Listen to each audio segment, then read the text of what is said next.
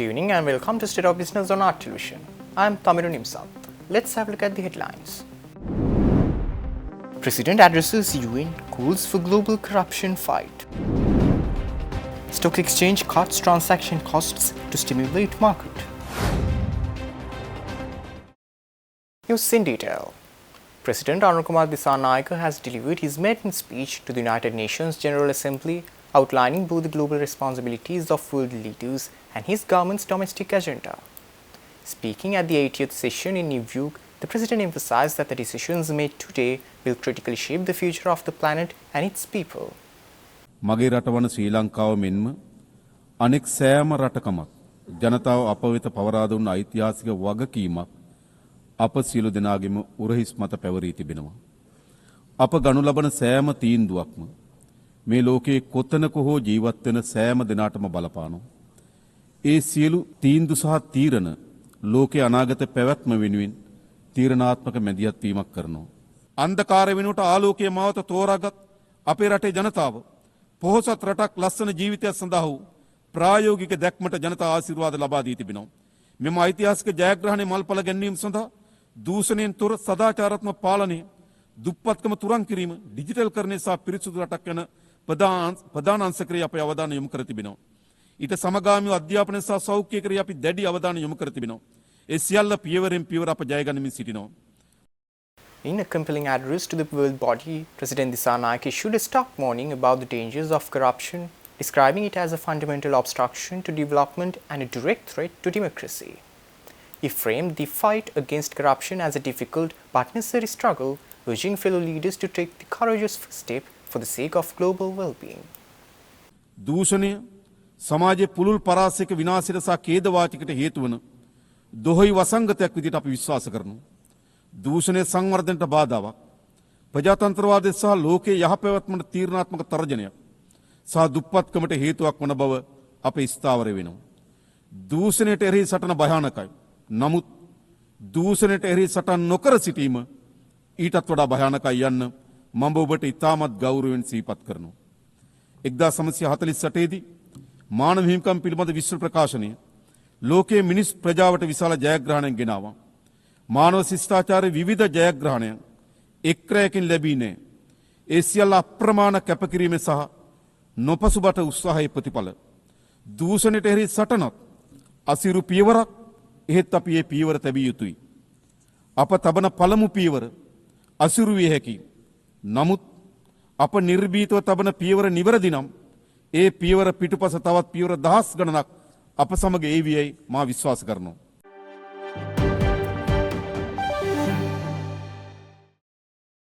The Colombo Stock Exchange has secured approval for a major overhaul of transaction fees on corporate debt securities. The new reduced fee structure was announced following clearance from the Ministry of Finance's Department of Fiscal Policy recently. The revised framework slashes the total transaction cost to a unified rate of just 0.01% of the transaction value. This fee will be equally distributed between the Colombo Stock Exchange, the Central Depository Systems, and the Securities and Exchange Commission. Officials described this coordinated move as a transformative step designed specifically to boost sluggish trading activity in the corporate debt secondary market. By eliminating previous fee structure discrepancies, the regulators aim to enhance transparency, attract more investors, and improve overall market liquidity. The initiative is expected to encourage great investment diversification beyond equities. While the regulatory fees are now standardized, brokerage commissions for these transactions will remain negotiable between clients and their stockbrokers.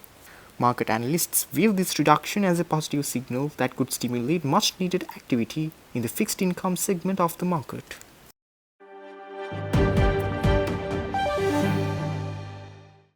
Stay tuned. We will return after this short commercial break.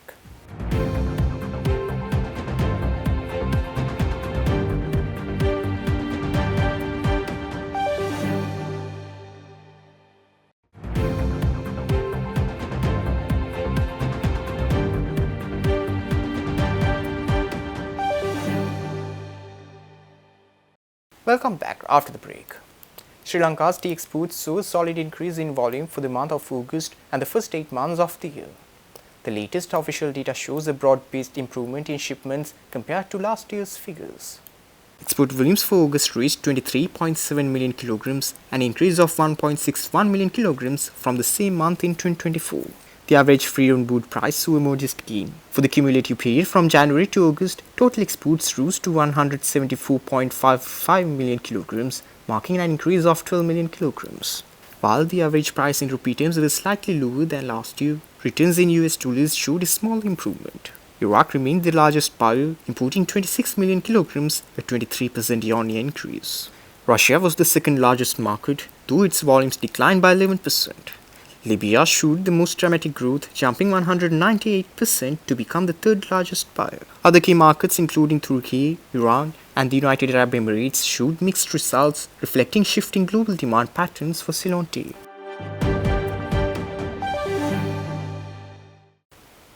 The Minister of Highways, Transport and Civil Aviation, Bimal Ratnayake, has conducted an inspection visit to the JCT All Bank facility.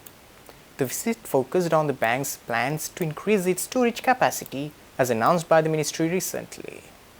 During the inspection, the minister reviewed the current infrastructure, which includes approximately 14 tanks with a storage capacity of 38,200 metric tons. It was noted that 11 companies, including Ceylon Petroleum Corporation, are currently registered with JCT All Bank. The minister's attention was drawn to a significant challenge the facility faces, an unmet demand of 60,000 metric tons. To address this capacity shortfall and future needs, plans for the construction of several new tanks were presented to the minister. He instructed officials to expedite this construction work. The minister also engaged with the company's directors and stakeholders, providing necessary guidance and emphasizing the importance of the expansion project for meeting national fuel storage requirements.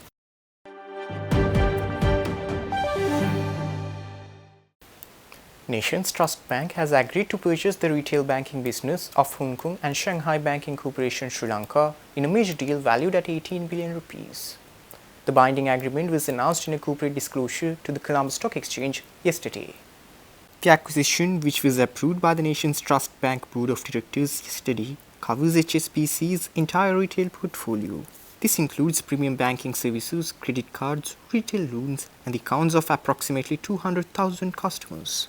Nations Trust Bank has stated that the transaction will be funded through internally generated funds and will not impact its regulatory capital ratios. The deal is expected to be finalized in the first half of 2026, pending mandatory approval from the Central Bank of Sri Lanka and the fulfillment of other standard conditions. As part of the agreement, staff currently supporting HSBC's retail banking operations will be offered employment with Nations Trust Bank to ensure a seamless transition for customers. This acquisition is set to significantly strengthen Nations Trust Bank's position in the premium retail banking segment.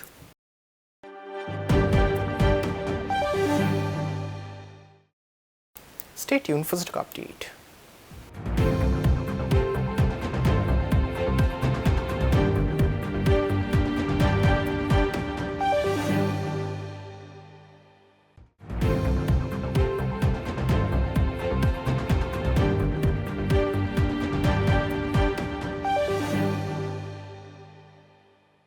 Trading at Colombo Stock Exchange ended on positive notes today. The all share price index gained by 182.61 points to close at 21,521.06. The S&P SL 20 gained by 21.52 points to close at 6,102.58. The turnover was over 9.2 billion rupees and over 261 million shares were traded. Up next are forex rates.